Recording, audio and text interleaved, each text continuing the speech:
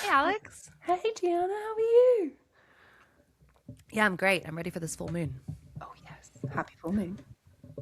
Happy full moon! A full moon in Capricorn.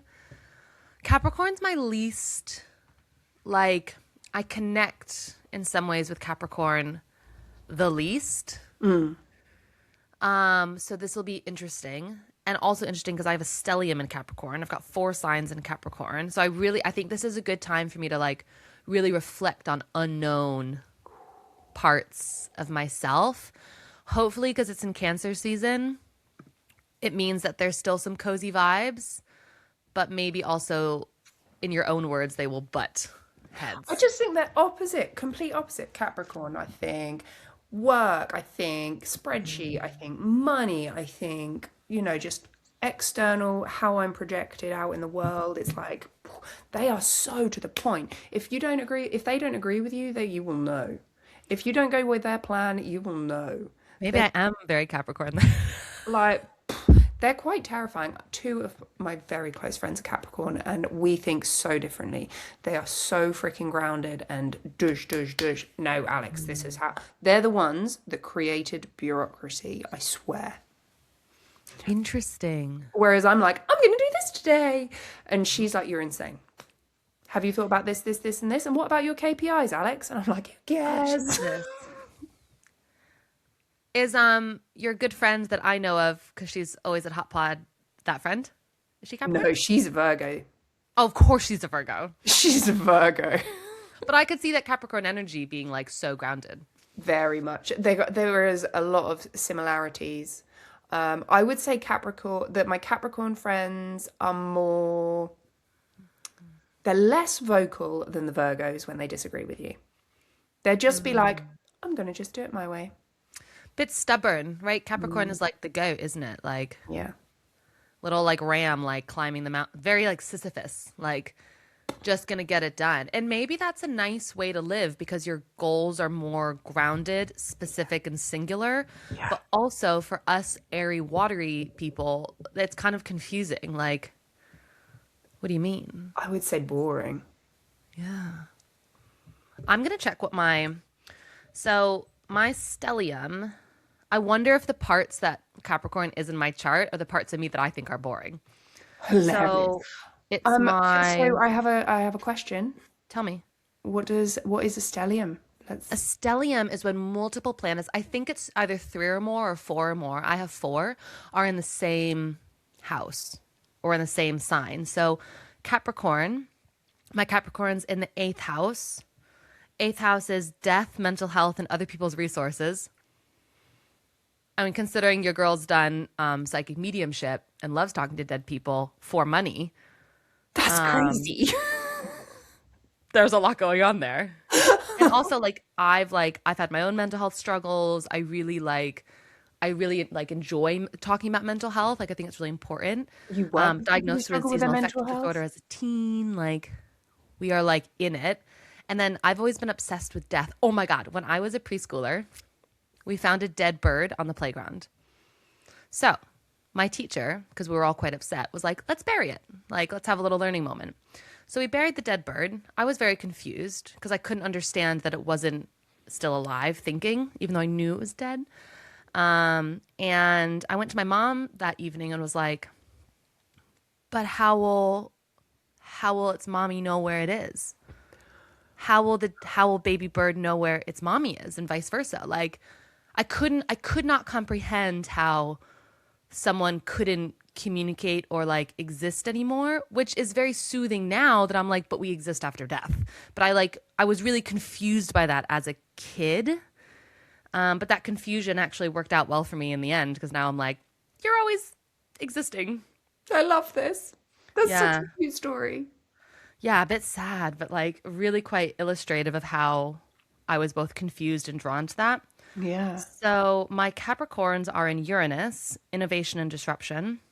My Capricorn is in Neptune, big imagination and like thinking. My Capricorn is also in my North Node, so like where you're going, how you're like it's like isn't North Node like head of the dragon or head of the snake? Like it's like where you're headed. The head of the snake is what I've never heard dragon, but that doesn't mean you're wrong. Well, dragons, as we said in the last episode, are just Dinosaurs. fossilized dinosaurs. And then Dragons are finally, real. Capricorn is in my Black Moon Lilith, which is very like deep, dark, Very. defiant. So like maybe if I'm like being my little inner teen, dark side of the moon, maybe I need to go into my Capricorn, even though this is a new moon, Full moon. Capricorn, Full moon. full moon in Capricorn. Like if I'm going to be bright, do I also need to be dark? Or maybe the brightness is just shining a light on all those parts of yourself. That's what Yeah, the full that's moon's true. helping you do. I'll try not to cry about any more dead birds. Oh, do you feel like you need to cry? No. Oh, good. Maybe. You can let Not them. right now, but you never know. I'm a Gemini. I'm very mutable. I might be crying tomorrow. Also, but then that ties in so beautifully with the Cancer stuff, doesn't it? Because then Cancer is the complete opposite. They're all emotions. So true. They're the ones who they want to create the home. It's all about how things feel rather than what things look like to the outside world.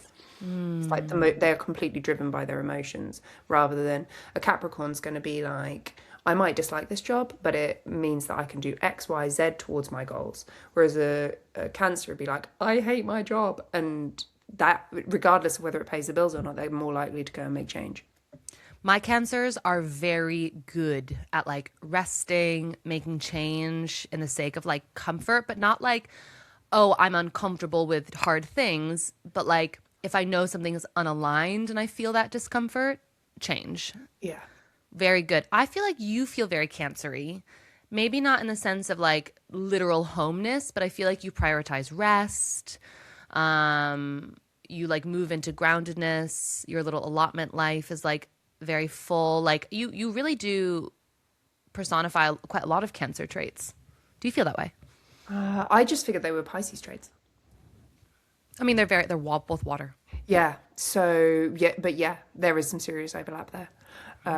Yeah, there's a lot of if something feels off, I'm changing it fundamentally. It is. I'm very uninterested in being in something that's making me miserable because we only live once that we remember. So, True. my Capricorn is in fourth house, home, family, and roots. So fundamentally, it's like bringing the two together absolutely perfectly. Yeah, So that's really quite nice. that is quite nice. Yes.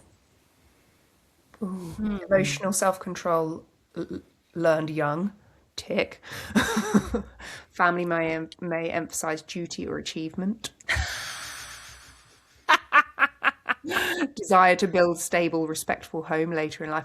I cannot tell you how much I want to build my own home. Oh, Like, I cannot wait. I'm so excited to buy land. that's so nice. And then a private emotional reserve, which is also very true. I think you're already making deposits there in your reserve. I think you've done a very good job making that happen. Oh my God. What? My South Node is in Cancer. My North Node is in Capricorn. So this is going to be like Your full moon. a very duality. Who am I on the inside? Who am I on the outside? We need to make them as aligned as possible. Otherwise, we're going to have a bit of whiplash. Oh my God. After the duality of Gemini as well, we've just come from, you've got it again.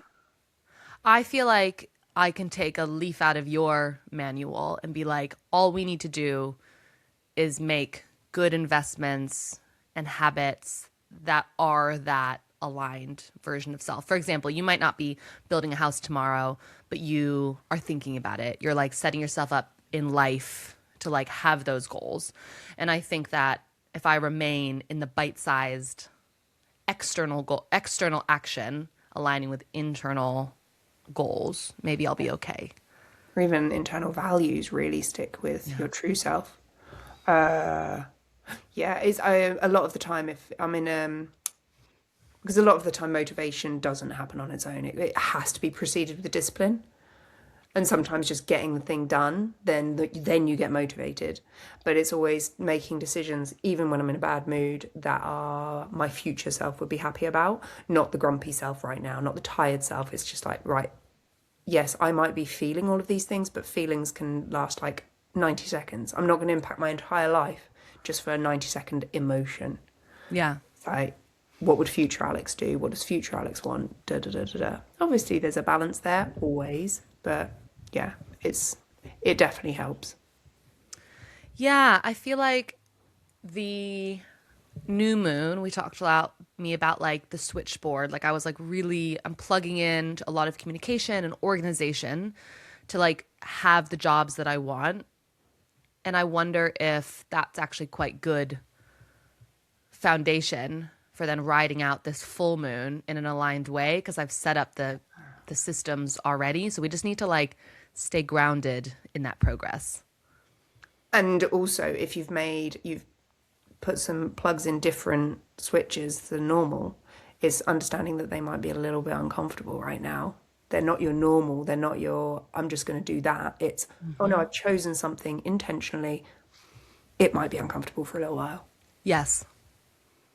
Yeah, I mentioned in last episode that I had to like chase up contracts and stuff like that. And I'm very comfortable with being like, hey, client, you need to agree to my terms and conditions. But when you have a business contract between two business people, because I'm self-employed for administration, so I'm making administrative contracts and agreements, and some of that agreement just lives in writing in an email, but there's certain parts of my role that I want in a signed agreement, even if they're very loose. So for example, if we make changes to this agreement, we agree that it'll be a month in advance, so we all have time to process and make adjustments. So like if hours were to change, if Money would change, tasks would money were to change. change, yeah, like we have basically 4 weeks in advance, unless we both say we want to shift sooner. There's always time. But it opens the But opportunity having for to conversation. yeah, having to chase that with another business person who has their own ideas of what they need is humbling. Is scarier though. I think it opens up to more rejection for some reason. For Yes. me, Yes. it's like, oh, this is a bigger thing. Yeah, B2B will show you that. Yeah, very much so. I've been doing And a you're in lot that loads with the festival. Like you're managing lots of tiny little businesses. but then also trying to make contact with bigger businesses for like expanding the festival in bigger ways. It's terrifying. And there's also seems to be this fake hierarchy, which I detest. Interesting. Can you give us an example?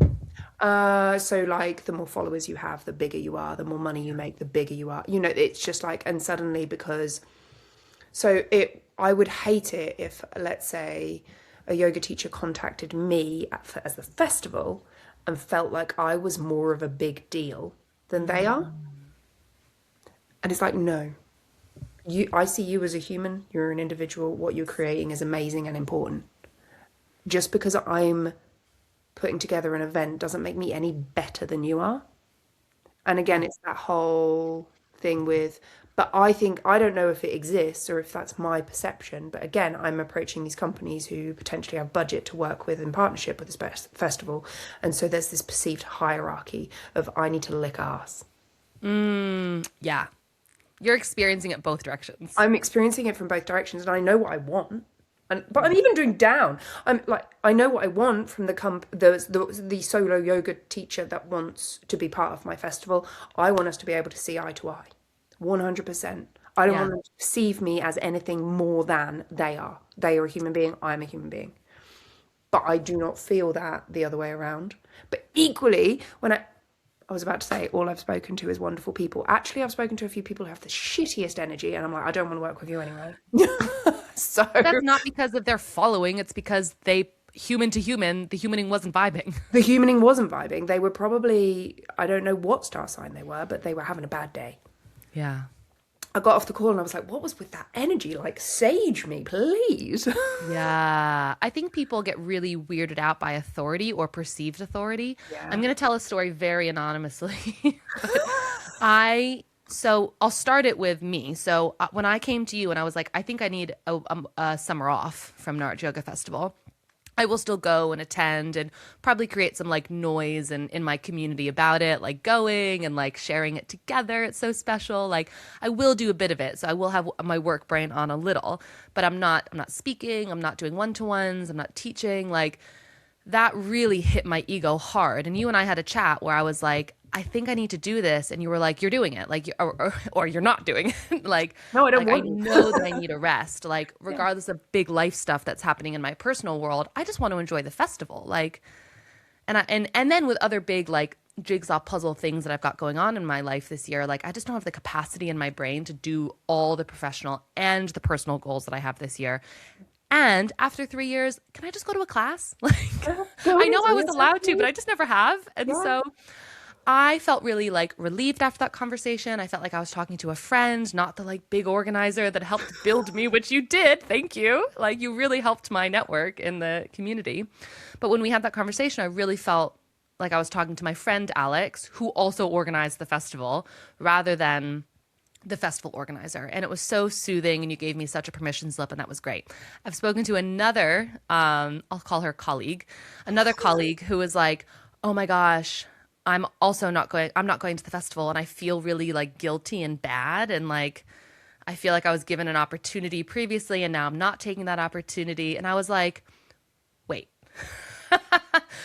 you don't need to feel bad about anything. And I told her that I had spoken to you all about this. And that colleague was like, oh. And I was like, yeah, like it really doesn't matter. Like you don't owe anyone anything. Obviously, if people do good things in your career, there are ways to pay it forward or reciprocate, and that's really important.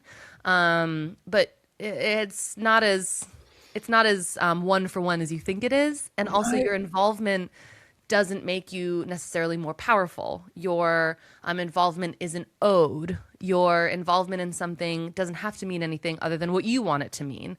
And taking breaks in your career after year 1, year 2, year 3, or year 4 isn't really about anyone else. And no one really is thinking that except your insecurities. And so it was really funny that this person was nervous. This colleague was like, oh my God, I feel really guilty. And I'm like, no, I literally went to my pal Alex and was like, I need a break. I need a break. And you were my biggest cheerleader, not my worst cheerleader, my biggest one. Yeah, I mean, you knew in your gut what you needed to do, and I'm going to cheerlead that gut the whole time. Yeah. I think it's mental the stories I hear from other people about the perception of the festival, the perception of me. Blows my mind. But I think that people see it, like, especially if I've asked them to come back, like I've invited them to come back, they're like, I don't want to let her down. And it's Yeah. like, you're not letting me down. I just like you. I like what you offered. I got good feedback about you, and I will happily have you back. Yeah. Equally, we're well over 300 applications now. Like if people don't So come cool. back, there's always space to bring in more, and I want it different each year. I want to be bringing. It's lovely to have that mix of people that that people expect, they love, etc. Hmm. Trapeze yoga, for instance, Mac has been there every year. The Claire with her Beyonce yoga, etc. She's doing Harry Styles this year. It's amazing. But Claire's also nearly finished her therapist training. Is she going to want to be at the festival next year? I need to accept the fact that she probably doesn't. She owes me nothing. And I never have an expectation for people to come year on year. I'm never offended when people say no. I'm like, you got to do what you want to do. Yeah. Like, I like and respect you as a person. I will have you back in a heartbeat. But equally, I've had to say no to a lot of people. So many people. And that's horrible. I'm like, Yeah. I would love it. I'd love it if you were there. But unfortunately, it's not going to work this year. But the Yeah. perception is insane. Hmm. Insane. I'm just me. And I'm like, yeah, come along. I Don't, think I don't it's care. people create so much value around like external yeses and nos and Yeah. opportunities. And something that really helps me, obviously, we just talked about how personable you are and how personal like we see each other as humans. But for things like festivals, events, if you ever tried to get an affiliate gig as an influencer on the internet, if you ever wanted to do any business opportunity, just like in a corporate career, it's not that different in a wellness career. Sometimes the reasons why it's a yes or a no truly has nothing to do with you, nothing to do with the organizer. The math just didn't math that year. There just wasn't a slot, or there was a slot, and we said, why not keep going? Like turning a lot of my very heartfelt personal professional choices into just professional choices has been very soothing. But when we all are in business of wellness, which feels very heartfelt and personal and emotional, it's really hard to separate Yeah. sometimes. Like Yeah. tricky for organizers, tricky for individuals. Like it's hard to draw the line between being very sentimental and heart-led in work, but ultimately not letting your heart get broken when the math doesn't math No, it's yeah. or the opportunity doesn't opportunity. I think, and there's also such a when we work in wellness, I don't know about you, I don't think I've ever met someone who works in wellness who doesn't, their business is literally them. And so it's not, you're not just rejecting the business, it's like you're rejecting the person. Yeah. And it breaks hearts. And it's Yeah. horrible. It really is horrible. Yeah, it's hard. Yeah, it's really hard. And yeah, you just know that it's not just a no, it's it's no, and you're probably going to feel that no. And I'm really sorry. Yeah. But it's not your job as organizer. It's really the job Manage of the their emotions. individual to say, okay, this is my heart that I'm putting out on the line, but the no isn't in rejection to my heart and love. It's just business. But very tricky. Very So tricky. tricky. So tricky. It's been a fascinating thing to create. I imagine that you've had a lot of, if it were me in your shoes in the past few years, it would be a lot of like ego excavation of like, and not because of having a big ego, but being like, this has nothing to do with me. Ego work. Ego death. If you want to Yeah. kill your ego, become a yoga teacher. If you want to kill your ego, start a business. Honest to God, put yourself out there over and over and over again, and your ego will be gone in a heartbeat. I was thinking back recently to this memory I had with a client. This was probably a good 8 years ago. But one of my favorite things to do in classes is give people options. So like, would you like to do this or that? This or that? And like to me, that's a very like you're helping them have a more advanced practice by giving them many variations or alternatives because you're giving them in small doses an exciting moment to practice their own agency. Obviously, they're there for your teaching, so you do need to be direct at times, but there's moments in class where you can be indirect and just give people an opportunity to breathe and play and move. Yeah. So, but at the end of a class, we know this, at the end of a class, I was like, feel free to take one more posture. It might be this, or just an organic stretch, a cathartic movement that has no name. I always say that at the end of class. So in this class, I had done the same thing as I always do. And actually, we probably had a little extra time before meditation. So I might have even said, pick two, here's some ideas, or just do nothing. Anyways, this woman at the end of class came to me, stayed after, and I'm alone. It's a one-room studio. And basically was like, told me all about how as a teacher, I shouldn't give people so much choice because they're there to be taught. And if I'm not teaching them, I've done a disservice. And yeah, it probably was a slightly more creative, intuitive class, but I still did teaching, like lots of, probably 95%. I was still giving people like, hand here, do this, be brave, try that.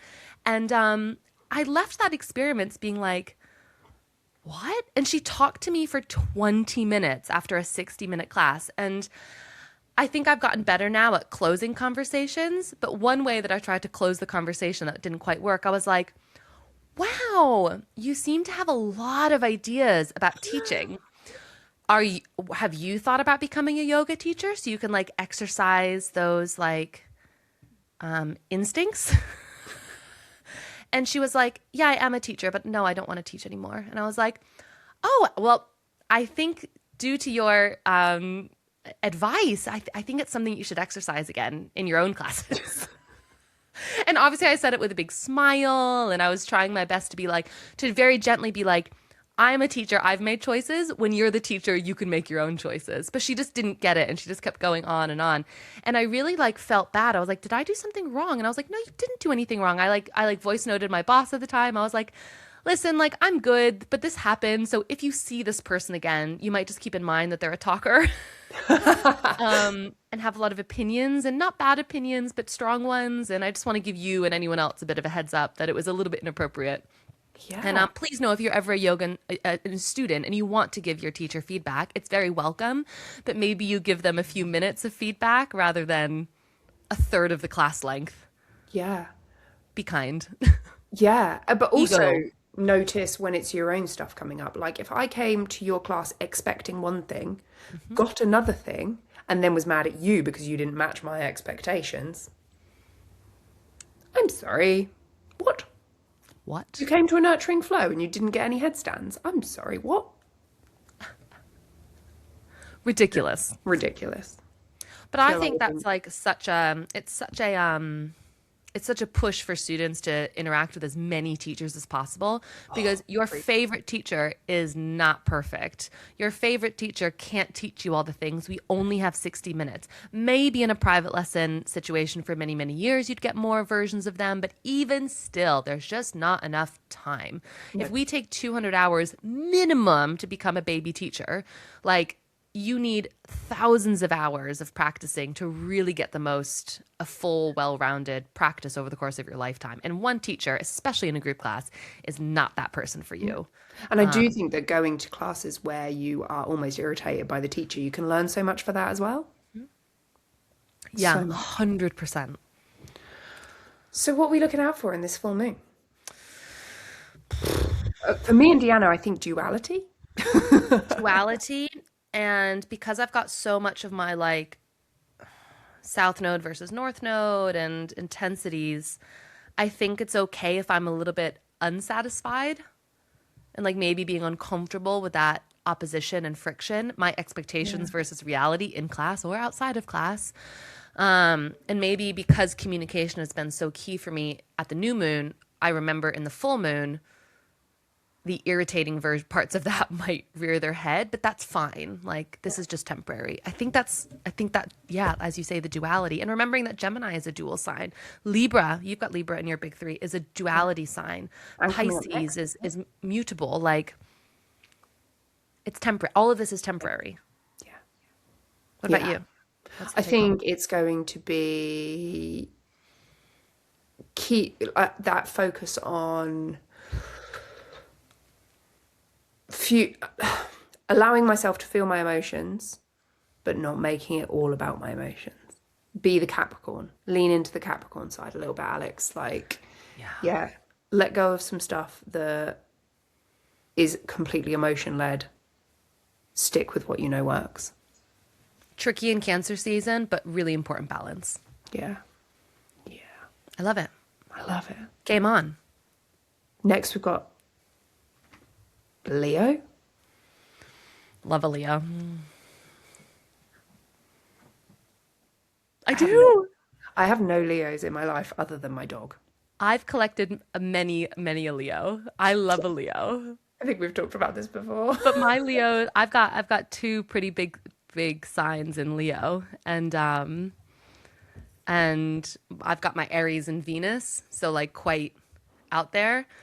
And I think that I like a Leo for that reason. But I think that this signature for our full moon is a little bit tricky then going into Leo season. It's going to be interesting. Friction and then light shining on everything. Well, we'll get ready for it.